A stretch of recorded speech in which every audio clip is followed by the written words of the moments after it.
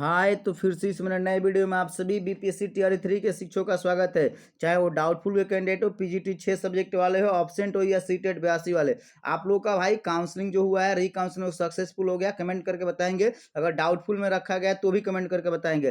Provisional नियुक्ति पत्र लेने हेतु कौन कौन से डॉक्यूमेंट्स लगते हैं, उसका प्रोसेस क्या होता है और किन किन बातों को ध्यान में रखना चाहिए। एक चीज क्लियर समझ लीजिए, आप लोगों के वजह से ही जो टीआरई 3 के सक्सेसफुल कैंडिडेट थे, जिनको आपको प्रोविजनल नियुक्ति पत्र के बाद फाइनल नियुक्ति पत्र मिलने वाला था, उसमें डिले किया गया, क्योंकि आपको पता है कि इस बार गवर्नमेंट ने स्पष्ट बोल दिया है, शिक्षा विभाग ने स्पष्ट बोल दिया है कि हम सप्लीमेंट्री रिजल्ट जारी नहीं करेंगे, इसलिए सभी लोग को एक साथ ही स्कूल आवंटन होगा और फिर आप लोग का ट्रेनिंग होगा। ये चीज क्लियर समझ लीजिए। तो चलिए देर ना करते हैं, वीडियो की शुरुआत करते हैं। सबसे पहले मेरे चैनल पर नए हैं और अब तक चैनल को सब्सक्राइब नहीं किए तो चैनल को जरूर सब्सक्राइब कर लीजिए। चलिए देखिए, स्पष्ट कहा जा रहा है कि सभी काउंटर पर अभ्यर्थियों का विहित विवरण विहित प्रपत्र में संधारित किया जाएगा। देखिए, जो भी आप डॉक्यूमेंट्स देते हैं उसको जमा किया जाता है एवं औपबंधिक नियुक्ति पत्र प्राप्त करने वाले अनुशंसित अभ्यर्थियों के आधार कार्ड, काउंसलिंग पत्र बोले तो जो आप लोग काउंसलिंग हुआ था, री काउंसलिंग हुआ था, उसमें आपने करेक्ट फाउंड पाएगा तो उसका लेटर और साथ में आपका एडमिट कार्ड, मतलब 3 डॉक्यूमेंट चाहिए। कौन कौन सा? आधार कार्ड, काउंसलिंग लेटर और एडमिट कार्ड, 3 डॉक्यूमेंट चाहिए। एवं सत्यापन एवं फोटो से मिलान करते हुए अनुशंसित अभ्यर्थियों को ही हस्ताक्षर करा जाएगा। देखिए, काउंटर पर आप जब जाते हैं तो वहां पर एक आपका रजिस्टर होता है, जैसे कि आपका री काउंसलिंग हुआ था, वहां पर आपसे सिग्नेचर कराया जाता है, सिग्नेचर का मिलान कराया जाता है और औपबंधिक नियुक्ति पत्र आपको मिलता है। एक चीज क्लियर समझ लीजिए, जो आप लोग को औपबंधिक नियुक्ति पत्र मिलने वाला है, प्रोविजनल लेटर, उसमें स्कूल का नाम, यूडाइस कोड या ब्लॉक का नाम मेंशन नहीं रहता है। क्लियर? ये देखिए, पर अनुशंसित अभ्यर्थी जिसका मतलब किसी कारण संबंधित नियुक्ति पत्र नहीं मिल पाता है या प्रिंट नहीं हुआ है, तो उन लोग को परेशान नहीं होना है, वहां पर रिपोर्टिंग होता है, आप रिपोर्ट करा सकते हैं। और स्पष्ट बोला जा रहा है कि सभी अभ्यर्थी औपबंधिक नियुक्ति पत्र प्राप्त करने हैं तो मूल आधार कार्ड, देख लीजिए भाई, ओरिजिनल आपका आधार कार्ड चाहिए, काउंसलिंग पत्र और बीपीएससी का एडमिट कार्ड लेकर ही आना है आपको। हालांकि कई जिलों में आपका केवल आधार कार्ड का जीरोक्स लेकर ही दे दिया जाता है, तो उसमें परेशान नहीं होना है। आपको एक फाइल में तीनों डॉक्यूमेंट्स का जीरोक्स करा लेना है, जीरोक्स ही जमा करना है। ओरिजिनल डॉक्यूमेंट्स आपको कहीं जमा नहीं करना है और इसमें कोई वाटर मार्क वाला डॉक्यूमेंट्स आपको नहीं लगेगा।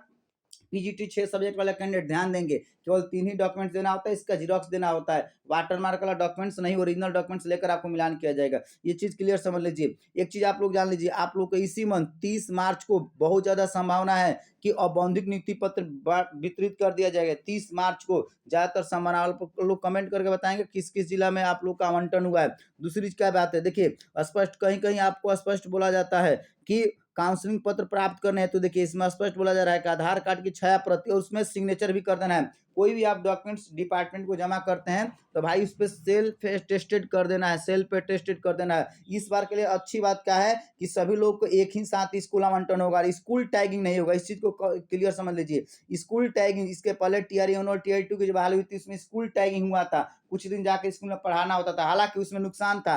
स्कूल टैगिंग जो होता है उसमें आपको पेमेंट नहीं बनता, लेकिन इस बार विभाग ने निर्णय लिया है कि पहले हम स्कूल ज्वाइनिंग कराएंगे और अप्रैल में पहले ही सप्ताह में आप लोग का स्कूल ज्वाइनिंग होने जा रहा है, एकदम क्लियर है। तो जिस दिन आप स्कूल ज्वाइनिंग करते हैं भाई, उसी दिन से आपका पेमेंट बनना शुरू हो जाता है। उसके बाद आप लोग का ट्रेनिंग होगा, स्कूल में रहते हुए आपका ट्रेनिंग होगा, मतलब कि आप स्कूल में ज्वाइनिंग कर लेते हैं, उसके बाद ट्रेनिंग पर जाते हैं, जो 15 दिन का आपका ट्रेनिंग होने वाला है, आवासीय ट्रेनिंग होने वाला है, उसमें आप लोगों को भाई पेमेंट भी बनेगा, क्लियर समझ लीजिए। देखिए, आप लोग का औपबंधिक नियुक्ति पत्र एकदम ऐसे ही होता है, इसमें स्पष्ट रहेगा। देखिए 2 क्यूआर कोड होता है, पहले समझ लेते हैं, यहाँ पर 2 फोटो हो जाता है। एक आपका जो काउंसलिंग कराए थे, री काउंसलिंग के, उसके समय का फोटो, और ये आपका जो एक फॉर्म भरे थे उसके समय का एक फोटो। यहाँ पर पत्रांक वगैरह देखने को, यहाँ पर डेट वगैरह को देखने को मिल जाता है, सब्जेक्ट यहाँ पर रहता है। तो आप लोग थोड़ा सा कमेंट करके बताएंगे किस सब्जेक्ट में आपका सिलेक्शन हुआ। इस और यहाँ पर वीडियो को अंत तक देखिए, कुछ चीजों को आपको जान लेना बहुत जरूरी है। देखिए यहाँ पर नाम वगैरह रहेगा, यहाँ पर ध्यान दे देंगे। अपना जो भी औपबंधिक नियुक्ति पत्र मिलता है उसमें मिलान कर लिया जाता है कि जो मेरा डेटा है,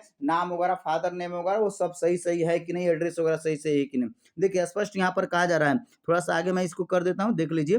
स्पष्ट यहाँ पर कहा जा रहा है कि बिहार लोक सेवा आयोग पटना के विज्ञापन संख्या 2224 के परिप्रेक्ष्य में घोषित परिणाम के आधार पर आपके द्वारा काउंसलिंग में प्रस्तुत होने के पश्चात सभी आवश्यक कागजात प्रदान करने के उपरांत विद्यालय अध्यापक में आपको औपबंधिक नियुक्ति पत्र निम्नलिखित शर्त पर दिया जाता है। इस भाई शर्त को समझ लेना है, इसलिए वीडियो में आपको अंत तक बने रहना है। पहला, पर यह औपबंधिक नियुक्ति पत्र प्राप्त कर बिहार राज्य विद्यालय अध्यापक नियमावली के तहत आप निर्गत किया जा रहा है। दूसरा, कह रहा स्पष्ट, इसे अंतिम नियुक्ति पत्र नहीं समझा जाए, क्योंकि नियुक्ति पत्र में आपको स्पष्ट स्कूल का नाम, यूडा स्कूल, ब्लॉक का नाम रहता है। कह रहा विभाग द्वारा आपके प्रमाण पत्रों का सत्यापन, इश्यूइंग अथॉरिटी, मतलब देखिए आप लोग जो भी डॉक्यूमेंट जमा किए काउंसलिंग समय में, पीजीटी 6 सब्जेक्ट वाला ध्यान देंगे, या डाउटफुल कैंडिडेट, आप लोग जो डॉक्यूमेंट दिए जिला स्तर से वेरिफिकेशन होता है जहां जहां से, और एक विभागीय डॉक्यूमेंट्स का जांच अलग होता है, वो आगे आपका चलता रहेगा, डिपार्टमेंटल जांच होता है। पर यदि प्रमाण पत्र गलत पाया जाता है तो आपको नियुक्ति रद्द कर दी जाएगी, इसलिए आपसे घोषणा करा लिया जाता है पहले ही। देखिए कह रहा है विद्यालय पदस्थापना पत्र अलग से निर्गत किया जाएगा,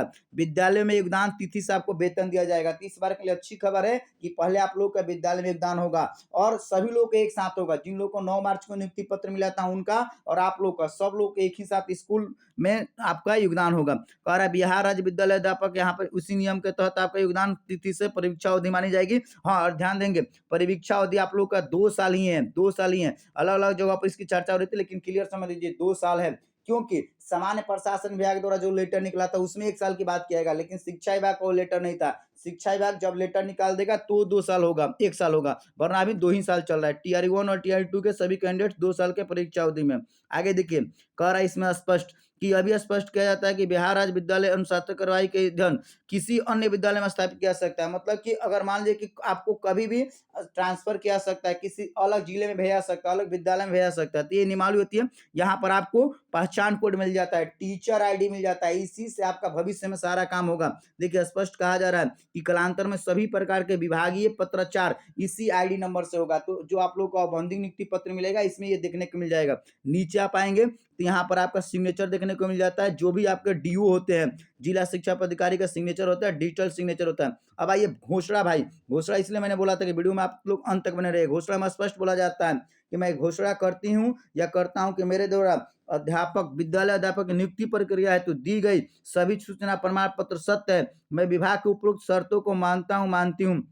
मेरे द्वारा कोई भी सूचना या प्रमाण पत्र गलत पाया जाता है तो मेरे विरुद्ध विभागीय कार्रवाई की जाएगी। ये सभी को घोषणा करना होता है। और देखिए आगे स्पष्ट एक पॉइंट बोला जाता है कि मैं यह भी घोषणा करता हूं, करती हूं कि मैं किसी भी सरकारी या गैर सरकारी संस्था अथवा पंचायती राज या नगर निकाय के शिक्षक के रूप में कार्यरत नहीं। इस बात को समझ लेंगे। अगर आप में से कोई भी कमेंट करके बताइएगा, अगर आप सरकारी टीचर है या विशिष्ट टीचर है या नियोजित टीचर है, या फिर आप इसके पहले अलग डिपार्टमेंट में काम कर रहे हैं, रेलवे में है या फिर पुलिस में है या अदर स्टेट से हैं, अगर डिपार्टमेंट में काम कर रहे हैं या प्राइवेट स्कूल में ही काम करते हैं, ईपीएफ वगैरह कटता है, तो भाई आप लोगों को वहां से देखिए कार्यरत होने की स्थिति में आपको औपबंधिक नियुक्ति पत्र प्राप्त करने के एक पक्ष के अंदर त्याग पत्र और विरमण पत्र या अनापत्ति प्रमाण पत्र सक्षम प्राधिकार से देना होता है।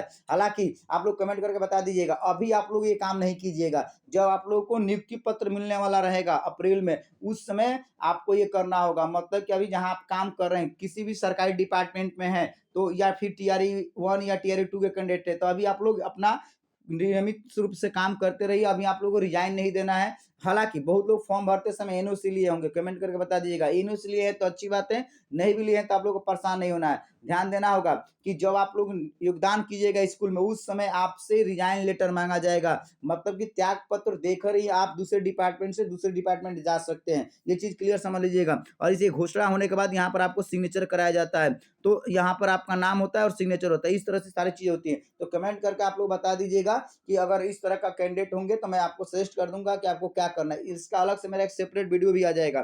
तो मैं समझता हूँ कि औपबंधिक नियुक्ति पत्र हेतु कौन कौन से डॉक्यूमेंट्स लाएंगे, किन किन बातों का ध्यान रखना है, समझ लिए होंगे। अगर देखिए आप उस दिन नहीं पहुंच पाते हैं, लेट से पहुंचते हैं, एक चीज समझ लीजिए, आप लोग कैंप लगाकर नियुक्ति पत्र नहीं मिलेगा, ठीक है, जिला में स्थापना मिलेगा। इसका मेरा अलग से एक वीडियो आ जाएगा कि किस जिला में कहाँ पे मिलेगा, ठीक है, मैं अलग से एक वीडियो ही बना दूंगा। तो आप लोग कमेंट करके जरूर बताइएगा। बाकी इसके अलावा कोई भी डाउट्स रहता है तो आप लोग जरूर कमेंट कीजिएगा। वीडियो को अधिक से अधिक शेयर कीजिए और अब तक मेरे चैनल को सब्सक्राइब नहीं किए थे, चैनल को जरूर सब्सक्राइब कर लीजिए। ओके, जय हिंद, जय बिहार।